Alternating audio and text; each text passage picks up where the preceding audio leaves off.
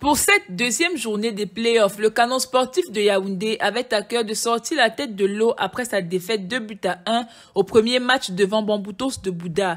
Ils affrontaient donc la Gazelle Football Academy qui, elle aussi, voulait présenter un meilleur visage après sa défaite face au Coton Sport de Garoua.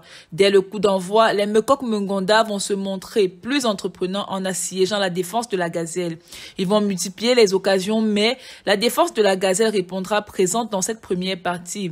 Il faudra attendre la fin de cette première période pour voir le meilleur buteur du championnat, Emmanuel Maop, ouvrir le score et donner l'avantage au Canon de Yaoundé sur une tête rageuse à la 42e minute de jeu. Il inscrit donc son 14e but depuis le début de ce championnat. Au retour des vestiaires, la Gazelle va essayer de revenir dans la rencontre, mais leurs attaques ne seront pas assez dangereuses pour inquiéter la défense du Canon de Yaoundé.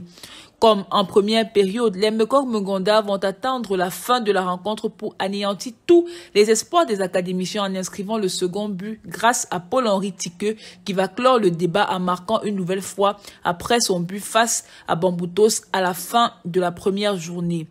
Avec cette victoire, le Canon sportif revient dans la course au titre et la Gazelle, quant à elle, peut déjà dire au revoir au titre de champion du Cameroun. Le choc de cette seconde journée des playoffs était la rencontre entre Bamboutos Football Club de Bouddha et Coton Sport de Garoua. Les poulains de Yves Clément Aroga voulaient reproduire la copie qu'ils ont livrée lors de la première rencontre face au Canon sportif de Yaoundé et le Coton Sport de Garoua, quant à lui, voulait prendre un sérieux avantage dans la course au titre. On assiste à un début de rencontre fermé et très haché, ce qui ne permet pas aux deux équipes de développer leur jeu. On parvient tout de même à assister à quelques occasions dangereuses de part et d'autre sans véritable succès.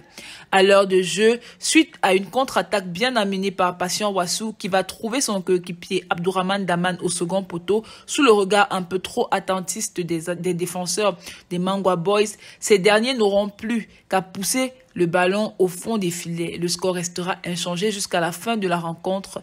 Bamboutos qui perd des points précieux pour la course au titre au grand bonheur de Coton Sport de Garoua qui prend une option très sérieuse dans cette course.